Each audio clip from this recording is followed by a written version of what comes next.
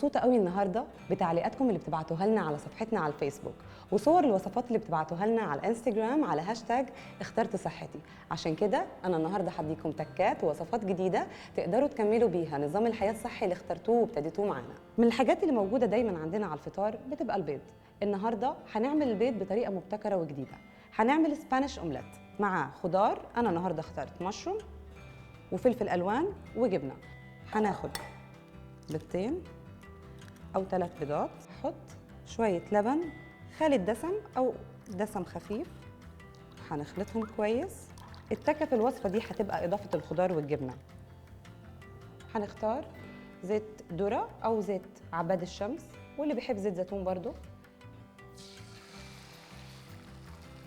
أحب أشوف اختراعاتكم ووصفاتكم اللي هتعملوها وتشاركونا بيها على الانستجرام على هاشتاج اخترت صحتي. هنضيف الفلفل الألوان على ناحية واحدة بس، هنحط المشروم، هنحط الجبنة. دي جبنة صفرا لايت. احنا هنقلب البيض على الناحية الثانية ونسويه، هنسيبه شوية بس لحد ما الجبنة تسيح. والأومليت بقى جاهز، وبكده بقى عندنا طبق سبانيش اومليت جديد ومبتكر. اللحمة مصدر مهم للبروتين ولازم تكون جزء من نظامنا الغذائي المتوازن. أنا النهاردة اخترت لكم لحمة مفرومة، وعشان أضمن إنها دهونها قليلة طلبت من الجزار إنه يفرم لي لحمة كباب حلة. ساعات كتير بتبقى اللحمة المفرومة فيها حبة دهون مستخبية. أنا النهاردة هعمل لكم أصابع الكوبيبة المشوية. مش لازم عشان نستمتع بالكوبيبة تبقى مقلية. هنحط على نص كيلو لحمة مفرومة نص كيلو برغل. هنضيف عليه بصلة واحدة صغيرة مفرومة، معلقة قرفة صغيرة، نص معلقة فلفل أسود، هناخد تقريبا معلقة صغيرة بردقوش، هنفركها بإيدينا كده كويس. دلوقتي هنخلط الكوبيبة. هشكل أصابع الكوبيبة. محتاجين طبق مية صغير جنبنا فيه مية ساقعة، هنحط إيدينا فيها وناخد كمية صغيرة ونضغط على الكوبيبة. ممكن نعملها قد كف إيدنا بالطريقة دي. كده احنا خلصنا. الزيت تقريبا سخن.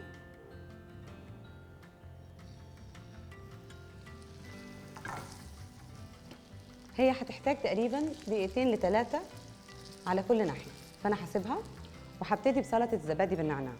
ببساطة هنجيب 1 زبادي نسليه بيور خالي الدسم،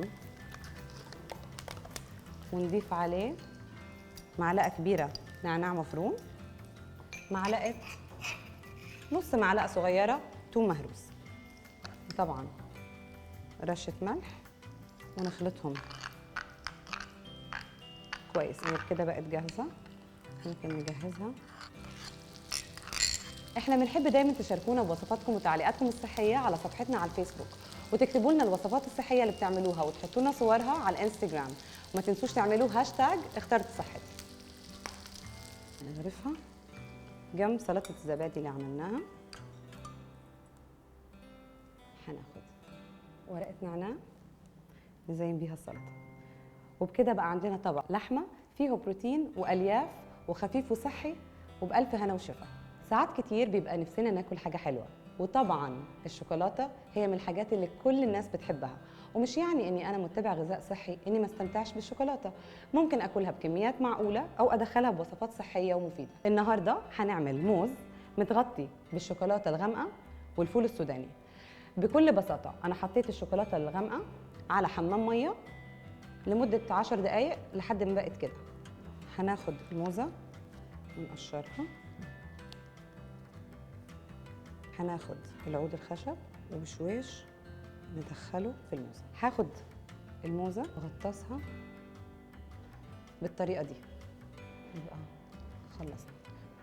كل اللي هنعمله دلوقتي انه هنحط فول سوداني، هنرشها عليها. لازم نرشها عليها وهي لسه سايحة عشان تمسك في الشوكولاتة. وبعد 10 دقايق في التلاجة الموز بالشوكولاتة بقى جاهز.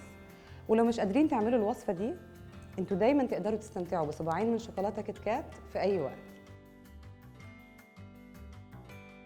النهاردة حابة أعمل لكم على العشاء وجبة سخنة وسريعة، فقررت أعمل لكم شوربة كريمة الفراخ من ماجي. كل اللي عملته إني جهزت الشوربة وهضيف عليها بروكلي مطبوخ، وهضيف عليها صدر فرخة